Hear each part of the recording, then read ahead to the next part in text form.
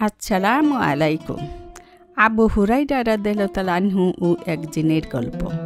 আবু হুরাইরা রাদিয়াল্লাহু তাআলা আনহু থেকে বর্ণিত, তিনি বলেন, এক রমজান মাসে রাসূলুল্লাহ সাল্লাল্লাহু আলাইহি ওয়াসাল্লাম আমাকে যাকাতের সম্পদ রক্ষা করার দায়িত্ব দিলেন। দেখলাম কোনো এক আগন্তুক এসে খাদ্যের মধ্যে হাত দিয়ে কিছু নিতে যাচ্ছে।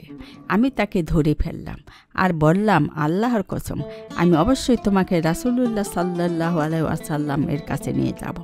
সে বলল, আমি খুব দরিদ্র মানুষ, আমার পরিবার আছে, আমার অভাব মারাত্মক। আবু হুরাইরা রাদিয়াল্লাহু তাআলা আনহু বলেন, আমি তাকে ছেড়ে দিলাম। সকালবেলা যখন রাসূলুল্লাহ সাল্লাল্লাহু আলাইহি ওয়াসাল্লামের কাছে আসলাম, তখন তিনি বললেন, কি আবু হুরাইরা, গত রাতের আসামির খবর কি? আমি বললাম, হে আল্লাহর রাসূল, সে তার প্রচণ্ড অভাবের কথা আমার কাছে বলেছে। আমি তার উপর দয়া করে তাকে ছেড়ে দিয়েছি।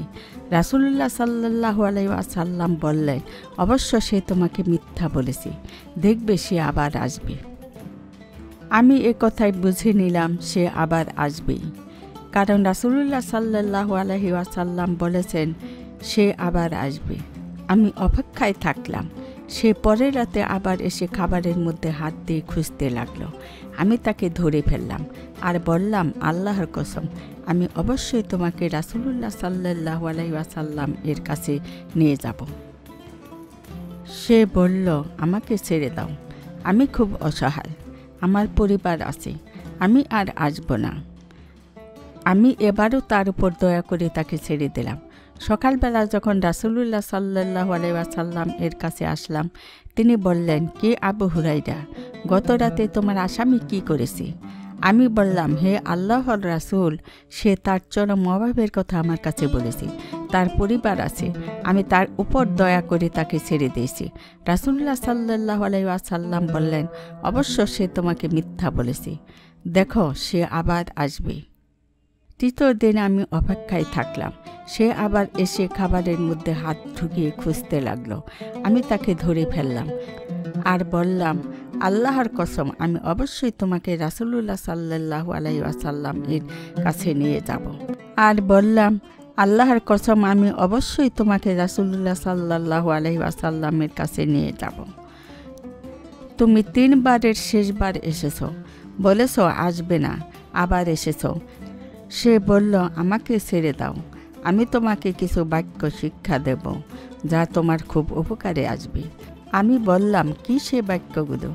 সে বলল, যখন তুমি নিদ্রা যাবে তখন আয়াতুল কুরসি পাঠ করবে, তাহলে আল্লাহর পক্ষ থেকে তোমাকে একজন রক্ষক পাহারা দেবে, আর সকাল পর্যন্ত শয়তান তোমার কাছে আসতে পারবে না।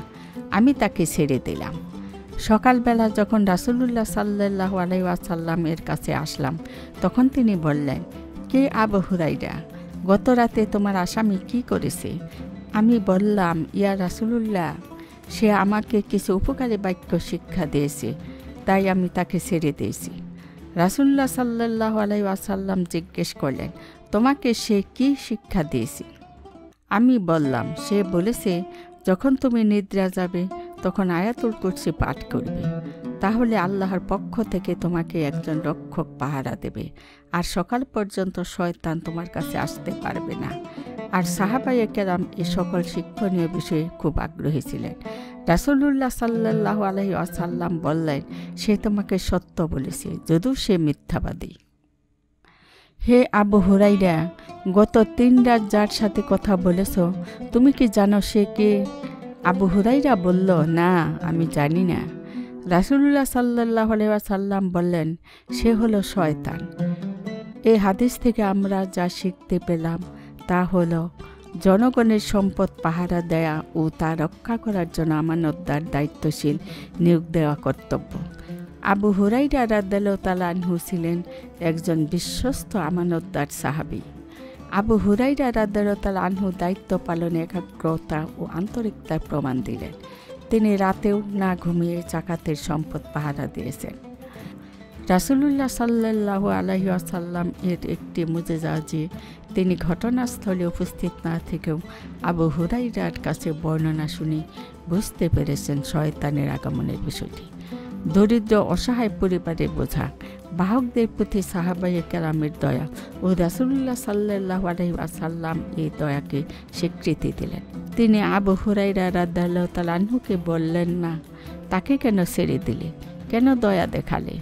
সাহাবায়ে কেরামের কাছে ইলম বা বিদ্যার মূল্য কতখানি ছিল যে অপরাধী শয়তান যখন তাকে কিছু শিখাতে চাইল তখন তা শিখে নিলেন ও তার মূল্যায়নে তাকে ছেড়েও দিলেন। খারাপ বা অসৎ মানুষ ও জিন শয়তান যদি ভালো কোনো কিছু শিক্ষা দেয় তা শিখতে কোনো দোষ নেই, তবে কথা হলো তার ষড়যন্ত্র ও অপকারিতা সম্পর্কে সচেতন থাকতে হবে। যেমন রাসূলুল্লাহ সাল্লাল্লাহু আলাইহি ওয়াসাল্লাম বললেন, সে তোমাকে সত্য বলেছে তবে সে মিথ্যুক। এই বিষয়টিকে শিক্ষার একটি মূলনীতি হিসেবে গ্রহণ করা যায়। জিন শয়তান মানুষের খাদ্য খাবারে হাত দেয়, তা থেকে গ্রহণ করে ও নষ্ট করে। আয়াতুল কুরসি একটি মস্ত বড় সুরক্ষা।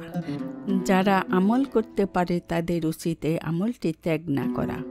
রাতে নিদ্রার পূর্বে এটি পাঠ করলে পাঠকারী সকল প্রকার অনিষ্টতা থেকে মুক্ত থাকবে ও জিন শয়তান কোনো কিছু তার উপর চড়াও হতে পারবে না।